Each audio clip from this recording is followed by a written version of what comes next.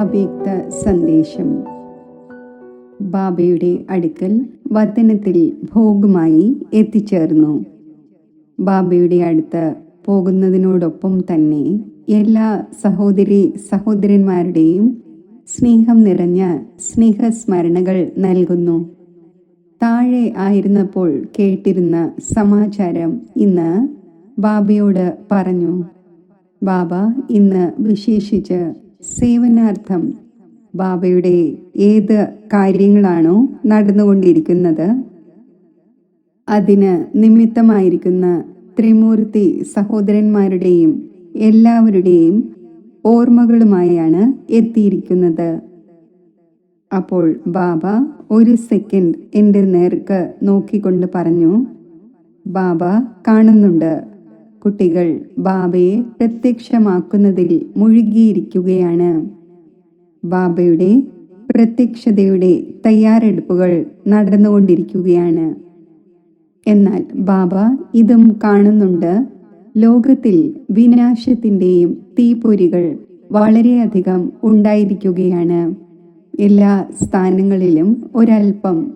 എന്നാൽ കുട്ടികളായ നിങ്ങൾ ഏതൊരു സേവനമാണോ സംഘടിതമായി ചെയ്തുകൊണ്ടിരിക്കുന്നത് അത് ബാബയുടെ സ്ഥാപനയുടെ കാര്യത്തിൻ്റെതാണ്.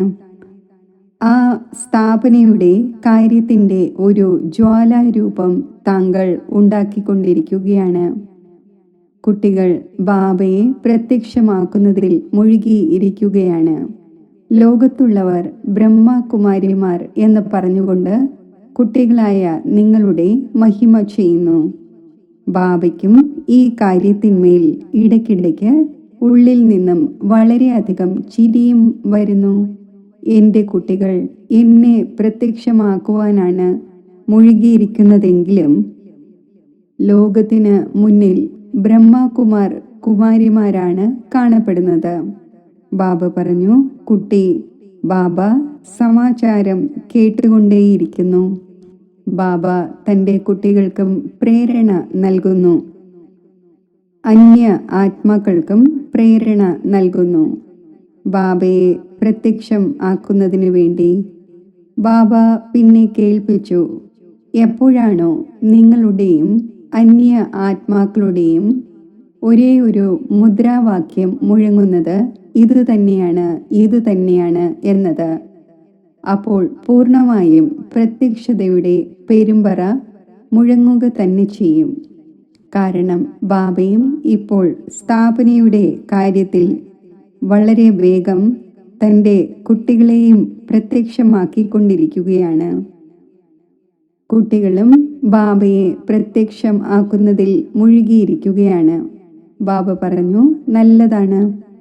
കുട്ടികൾ തൻ്റെ സങ്കല്പവും തൻ്റെ മനസ്സിലെ വിചാരങ്ങളും തൻ്റെ ശ്വാസവും സമയവും ബാബയുടെ സേവനത്തിൽ സഫലമാക്കിക്കൊണ്ടിരിക്കുകയാണ്.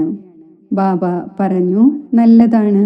വ്യർത്ഥത്തിന് പകരം സേവനാർത്ഥം അഥവാ കുട്ടികൾക്ക് ഏതെങ്കിലും സങ്കല്പം നടക്കുന്നുവെങ്കിൽ, മനസ്സിൽ വിചാരങ്ങൾ നടക്കുന്നുവെങ്കിൽ, ബാബ പറഞ്ഞു, ആ കാര്യത്തിൽ കുട്ടികളായ നിങ്ങൾക്ക് സദാ ഇനിയും മുന്നോട്ട് സഫലത ലഭിച്ചുകൊണ്ടേയിരിക്കും.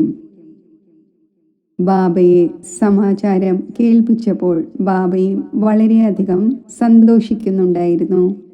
കുട്ടികളും നിരന്തരം സേവനത്തിൽ തൽപരരായി നിലകൊള്ളുന്നു, മുഴുകിയിരിക്കുകയാണ്.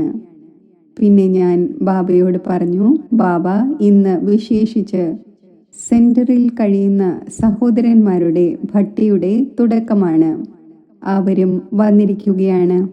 ബാബ പറഞ്ഞു, സെന്ററിൽ കഴിയുന്ന ബാബയുടെ കുട്ടികൾ ബ്രഹ്മകുമാരന്മാരാണ്. എന്നാൽ ബാബ ബ്രഹ്മകുമാർ എന്നതിനോടൊപ്പം തപസ്വി കുമാർ എന്നും വിളിക്കുന്നു. കാരണം കുട്ടികളായ നിങ്ങൾ ബാബയുടെ വീട്ടിൽ കഴിയുന്നു, സംഘടനയിൽ ഇരിക്കുന്നു, സേവനത്തിൽ ഇരിക്കുന്നു. എന്നാൽ ബാബ പറഞ്ഞു, തൻ്റെ തപസ്യയുടെ രൂപം മറ്റുള്ളവർക്ക് പ്രത്യക്ഷത്തിൽ കാണപ്പെടുമ്പോൾ ബാബയുടെ വീട്ടിൽ വരുന്ന ആത്മാക്കളും താങ്കളിൽ നിന്നും എന്തെങ്കിലുമൊക്കെ അനുഭവങ്ങൾ നേടിക്കൊണ്ടു പോകും. ബാബ പറഞ്ഞു, നല്ലതാണ്. സംഗമയുഗത്തിൽ ഉണ്ടാകുന്ന ഈ സംഘടനയും വളരെ നല്ലതാണ്. കാരണം സംഘടനയുടെ ബലം ലഭിക്കുന്നു, സംഘടനയുടെ ശക്തി ലഭിക്കുന്നു. അതിനുശേഷം ബാബയുടെ മുന്നിൽ ഭോഗ് വച്ചിട്ടുണ്ടായിരുന്നു. പല ആത്മാക്കളുടെയും ഭോഗായിരുന്നു. ബാബ അവരെയും വിശേഷ രൂപത്തിൽ എമർജ് ചെയ്തുകൊണ്ട് അവരെ വതനത്തിലേക്ക് വിളിച്ച് ഭോഗ് സ്വീകരിപ്പിച്ചു. പിന്നെ ബാബ വന്നു ചേർന്ന എല്ലാ സഹോദരന്മാർക്കും, പാണ്ഡവർക്കും, മഹാവീരന്മാർക്കും വളരെയധികം സ്നേഹം നിറഞ്ഞ ഹൃദയത്തിൽ നിന്നുള്ള സ്നേഹസ്മരണകൾ നൽകി. ബാബയുടെ സ്നേഹസ്മരണകൾ സ്വീകരിച്ചുകൊണ്ട് താഴെ എത്തിച്ചേർന്നു. ഓം ശാന്തി.